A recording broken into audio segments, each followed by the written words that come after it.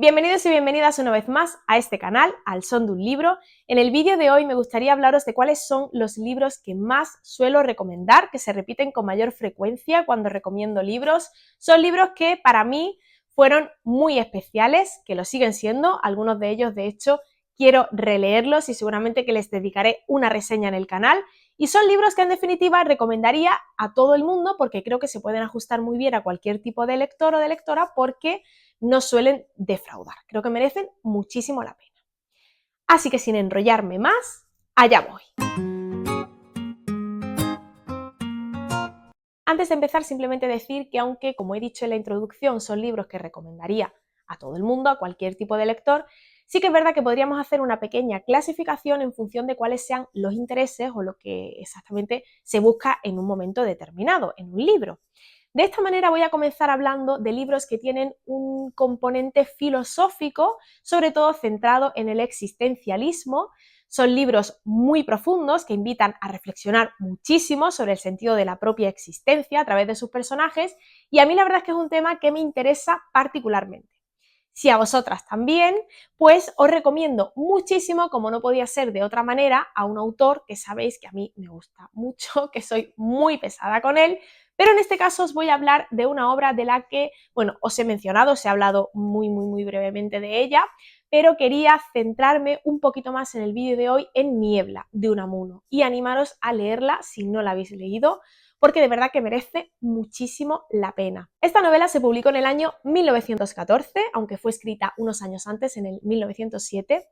y el caso es que no fue muy bien acogida o tuvo una recepción bastante fría por parte de los lectores y de los críticos porque rompía con todos los cánones establecidos. Lo que sí es cierto es que sentó las bases o fue uno de los referentes a la hora de establecer lo que sería la novela moderna. Y desde luego es que es una obra que una vez que la lees te das cuenta el revuelo que pudo ocasionar. Comprendes muy bien el porqué de esa recepción o esos cuestionamientos a los que se vio sometida. Es una novela fascinante. Hace poquito una amiga a la que se la había recomendado me dijo, oye, me la he leído y me ha gustado muchísimo. Normalmente eso es lo que me dicen, que es una novela que gusta mucho cuando la leen, por eso está aquí en este vídeo y por eso de verdad que os animo muchísimo a sumergiros en ella, porque además es un libro en el que vamos a conocer a un personaje que es Augusto Pérez, que se desnuda por completo y que nos hace partícipes de todos sus pensamientos, de sus reflexiones, de su mundo interior, de una manera muy íntima, sin filtros, podríamos decir, y además es un libro en el que está presente cómo se debe enfrentar a la vida, a su propia existencia, la cual ve con una cierta nebulosa, niebla, de manera muy borrosa, lo que le hace indagar y intentar encontrar respuestas y, como os decía, invitarnos también a nosotros los lectores a acompañarlo en ese viaje y a plantearnos también toda una serie de interrogantes. Por eso aquí no somos meros espectadores de lo que estamos leyendo, sino que Miguel de Unamuno siempre te arrastra a pensar con los personajes, a hacer partícipe de lo que te están contando, de todo lo que está pasando entre las páginas de este libro, en este caso en concreto.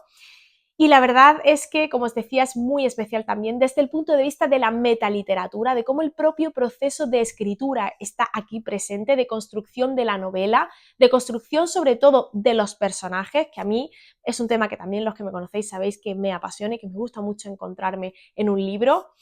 Y luego pues también deciros, porque creo que va a tener una reseña, tengo que releerla porque hace ya 4 o 5 años que la leí por primera vez, y tengo muchísimas ganas de volver a ella y cuando lo haga de dedicarle una reseña. Tenéis también en el canal la reseña de La tía Tula,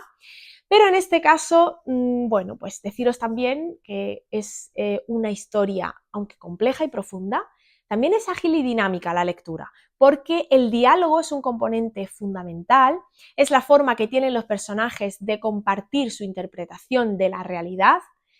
y bueno, poco más deciros, como digo, ya me detendré en un futuro a ver cuándo puedo sacar tiempo en esta maravilla de obra,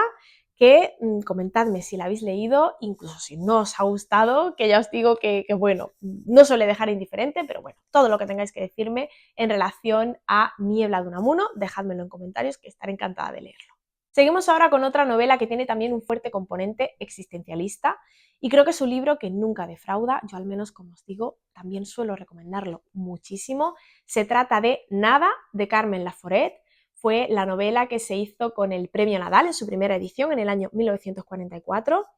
Se publicó en el año 1945 y creo que retrata a la perfección la sociedad catalana de principios del siglo XX, desde un punto de vista muy emocional, desde un punto de vista muy interesante, ahondando tanto en la parte más oscura como en la más esperanzadora y sobre todo con una protagonista, con una voz narradora que creo que es impecable y que te hace empatizar enseguida con ella, que es Andrea. Andrea vive entre dos mundos contrapuestos en una atmósfera un poco asfixiante, turbia, oscura, en contraste con su ilusión, con sus ganas de vivir. Es una chica joven, con una visión muy fresca también de la vida y que se ve sometida a un ambiente, a una realidad, la acción transcurre durante todo un año, que la va a someter a ciertas presiones y que sobre todo le va a hacer interrogarse y plantearse toda una serie de cuestiones en cuanto a su propia existencia, a ella misma y a nosotros también como lectores, y sobre todo a la forma que tenemos de relacionarnos con el resto de la gente, de interactuar en una colectividad. Esta es una historia también de desengaños, de frustraciones, de amores que no pudieron ser, de amores que invitan a la venganza, pero es una historia también sobre amistad. Es una historia muy intensa en la que se van entrelazando diferentes temas de una manera, desde mi punto de vista, brillante, muy bien ejecutada, se lee muy bien, creo que te sumerge por completo en ella sin ningún tipo de trabajo, es muy fácil meterse aquí dentro de esta historia y, como os decía, creo que es un libro muy interesante en el que se funde lo anodino y lo cotidiano con lo más pasional y emocional del ser humano, y un libro que creo que condensa muy bien, de manera ágil y sencilla, pero potente a la vez, lo paradójico que hay en el comportamiento humano. Así que bueno, vamos a ver en él, como os decía, cómo Andrea se debe enfrentar y se debe debatir entre estos dos mundos que se presentan, entre la luminosidad de una Barcelona preciosa, en ebullición, llena de gente, en contraposición con la casa y el ambiente en el que tendrá que vivir también esta protagonista, Andrea. Un libro de verdad que, si no lo habéis leído, seguramente que bueno, es un libro muy leído y muy popular, pero si no lo habéis leído aún, os invito a hacerlo porque merece muchísimo la pena. Seguimos ahora con una novela muy cortita de un escritor que a mí también me encanta, que es complejo, pero que también me gusta muchísimo recomendar, sobre todo con esta obra que fue escrita en el año 1848 y sobre todo también para gente que quiera adentrarse en la literatura rusa y en concreto con Fyodor Dostoyevsky, que quiere sumergirse y adentrarse en su universo y en su mundo. Se trata de Noches Blancas. Yo tengo esta edición de Alianza que también contiene otros cuentos y otros relatos del autor, pero os tengo que recomendar sí o sí Noches Blancas. Me estoy dando cuenta, bueno, llevo ya un rato viendo que el sol también me está hoy jugando un poco una mala pasada con respecto a los cambios de luz y demás, me voy a disculpar, pero bueno, volviendo al tema. Noches Blancas de Fyodor Dostoyevsky merece muchísimo la pena, siguiendo un poco con este halo de existencialismo y de novelas con tintes filosóficos y bastante profundas. Creo que esta, aunque es breve, representa también a la perfección todo esto, y en ella vamos a encontrar a un protagonista con el que vamos a empatizar, con el que vamos a sentir angustia, con el que vamos a sufrir muchísimo, y es un personaje que también se enfrenta a dos mundos, podríamos decir, a un mundo interior en el que se siente tremendamente solo, en contraste con San Petersburgo, que es la ciudad en la que vive, una ciudad luminosa, una ciudad llena de gente, que, como os digo, es muy diferente al vacío que él siente y a la angustia existencial que él siente en su interior, y que cambiará un día cuando conoce a una joven de la que se enamora perdidamente. Podríamos dividir este libro en dos partes. Una primera parte que es mucho más introspectiva, en la que el protagonista se va realizando a sí mismo toda una serie de cuestionamientos, de reflexiones, de preguntas, tiene muchos interrogantes. Y una segunda parte que es más ágil, que es un poquito más fresca, en la que el diálogo también es uno de los vehículos fundamentales para ir contándonos la historia y en la que ya va a tener más peso esa relación que va a establecer con el otro personaje, con esta amada, con Nastenka. Si no me equivoco, creo que es el nombre de la protagonista. Y como os digo, va a ser muy interesante ver cómo se va desarrollando esa relación, qué es lo que pasa al final y sobre todo ese contraste entre la angustia, la desesperación, en contraposición con la belleza del amor, con la sensibilidad y con esa esperanza que se abre de repente en la vida de este personaje que parece vagar sin rumbo fijo por la vida y que bueno, vais a ver que creo que es una novela muy, muy, muy especial y creo que puede ser una muy buena puerta de entrada al autor, además de su primera obra de Pobres Gentes o de Pobre Gente. Esta creo que puede ser de verdad un magnífico comienzo. Así que bueno, comentadme si lo habéis leído, qué os pareció y si no lo habéis hecho, os animo también muchísimo a leerla. Seguimos con otra novela muy profunda que también nos va a llevar por derroteros existencialistas porque también nos va a hacer plantearnos ciertas cuestiones en cuanto a nuestra propia existencia, pero en este sentido relacionada con cierta espiritualidad. Es una novela muy espiritual, muy mística, relacionada sobre todo con las corrientes más orientales, de la India, del budismo, del estar conscientes en el momento presente y todos estos temas que a mí también me interesan mucho. Se trata de Hermann Hesse y Siddhartha. Hermann Hesse es un autor del que os recomendaría absolutamente todo. Bueno, de todos estos autores os recomendaría todo, pero es que de Siddhartha en especial, porque es un autor que siempre, siempre me deja huella, que siempre me produce cierto desasosiego por todo lo que despierta en mí y que a la vez consigo llegar a como a una paz o me transmite una armonía, un equilibrio, bueno, un sinfín de sensaciones. Esta novela se publicó en el año 1922, después de la Primera Guerra Mundial, y es un contexto que hay que tener aquí muy en cuenta, porque esta novela va a ser una especie de invitación a la búsqueda de la paz interior y de la paz y el equilibrio y la armonía con el mundo que nos rodea y con el resto de personas con las que compartimos nuestra existencia. Vamos a acompañar a Siddhartha en esa búsqueda que él emprende para encontrar su propia sabiduría y para alcanzar ese equilibrio, un equilibrio que también el autor consigue porque creo que desarrolla muy bien tanto la poesía o el lirismo que quiere transmitir, la belleza, con esa búsqueda y con ese viaje más espiritual. Creo que aquí está todo en armonía, como os decía, muy bien entrelazado, muy bien desarrollado, creo que es muy interesante, creo que además es un libro que ejemplifica a la perfección todos los temas que más van a obsesionar y que luego nos vamos a encontrar en el resto de obras de Hermann Hesse. Y como os decía,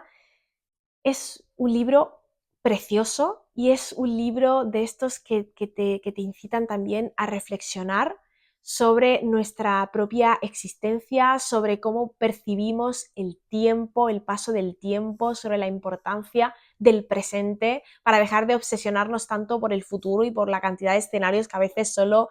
construimos en nuestra cabeza y que luego no van a pasar, pero que son fuente de nuestras preocupaciones. En este caso, tenemos que aterrizar un poco y poner los pies en el suelo, los pies en la tierra y tener más en cuenta lo que estamos viviendo en el momento y la importancia de los detalles y de la belleza de todo lo que nos rodea. Para terminar, también me gustaría incidir o destacar la tremenda habilidad que tiene desde mi punto de vista Hermann Hesse, porque desde el uso de la tercera persona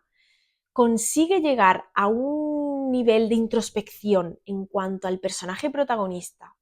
de narrar todo lo que bulle en su interior de una manera tan aparentemente sencilla. Es una novela que parece sencilla, que se lee fácil, pero que es muy profunda y que tiene mucha tela que cortar. Luego tiene muchas capas. Así que también os la recomiendo muchísimo. Creo que también es un libro muy, muy, muy, muy, muy leído y creo que también es un libro que no suele defraudar y que por eso pues recomendaría a todo el mundo, a todo el que no la haya leído. Voy a terminar con dos recomendaciones, una de teatro y otra de cuentos,